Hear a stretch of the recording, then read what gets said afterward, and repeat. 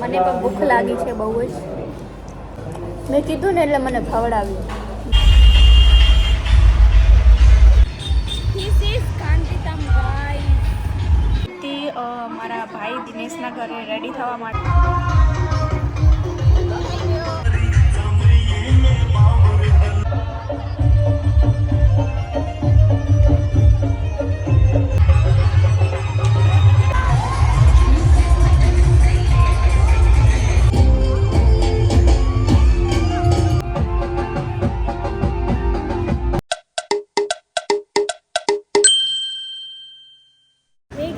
Welcome back to my YouTube channel. તો આજે અમે આવી ગયા છીએ ગાંધીધામ અમારા ઈષ્ટદેવ એટલે કે ધણી માતંગ દેવની જન્મ જયંતિ જોવા માટે અને વ્લોગ પણ બનાવવા માટે. તો ફિલહાલ અમે ગાંધીધામમાં બેઠા છીએ અને અમે અહીંયા જમીએ છીએ. જો તમે જોઈ શકો છો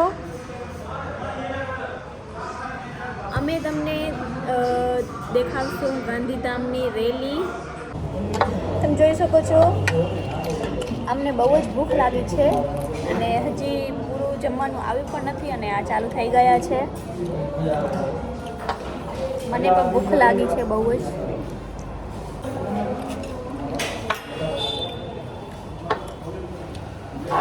મેં વિચાર્યું હતું કે ઘણા દિવસથી બ્લોગ મેં બનાવ્યું નથી, લોકો વાટ જોઈ રહ્યા છે અમારા બ્લોગની. તો અમે વિચાર્યું કે ગાંધીધામ આવશું, રેલીનું બ્લોગ બનાવશું તો તમને પણ કંઈક નવું જોવા મળે. હમણાં તો અમે જમી રહ્યા છીએ. આ જોવો મને ખવડાવતા પણ નથી. મને પણ ભૂખ લાગી છે. પોતાનું જ કરે છે.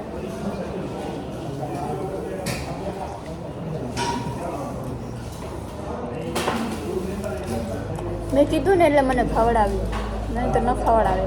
પોતાનું જ કરે એવા છે. સો ગાઈઝ અમે જમીને બહાર નીકળી આવ્યા છીએ. આ હોટલ છે, અહીંયા અમે જમ્યા હતા, ચામુંડા રેસ્ટોરન્ટ કરીને. પણ અહીંયાનું જમવાનું એકદમ બેકાર હતું, અમને ગમ્યું જ નહીં.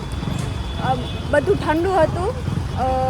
થોડું થોડું ખાઈને બહાર નીકળી ગયા અને પૈસા પણ ઘણા લઈ લીધા. સો હવે ખબર નથી અમે ક્યાં જઈએ છીએ, પણ આગળ બન્યા રહેજો વિડીયોમાં. તમને રેલી દેખાડવાની છે. હજી તો બાકી છે બધું, હજી ચાલુ નથી થયું બધું કંઈ પણ. સો બન્યા રહેજો. તો મિત્રો અહીંયા ધીરે ધીરે હવે બધા ભેગા થાય છે અને તૈયારી થાય છે. તો મિત્રો અહીંયા થોડા થોડા બધા માણસો ભેગા થાય છે. જોઈ શકો છો તમે, તૈયારી થઈ રહી છે.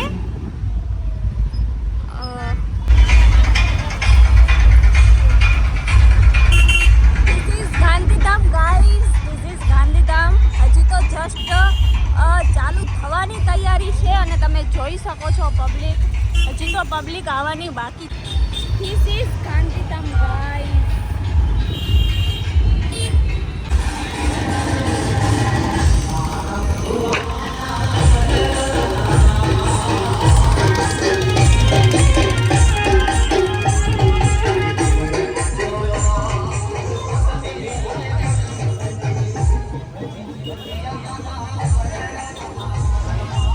સો ગાઈઝ હું આવી હતી મારા ભાઈ દિનેશના ઘરે રેડી થવા માટે, કારણ કે હું ઘરેથી રેડી ના થઈ હતી, બહુ જ લેટ થતું હતું એટલે. સો હું રેડી તો થઈ ગઈ છું, અંધારામાં દેખાતું નથી એટલું. સો હવે અમે જઈએ છીએ ગાંધીધામ રેલીમાં. સો તમે બન્યા રહેજો અમારા વિડીયોમાં.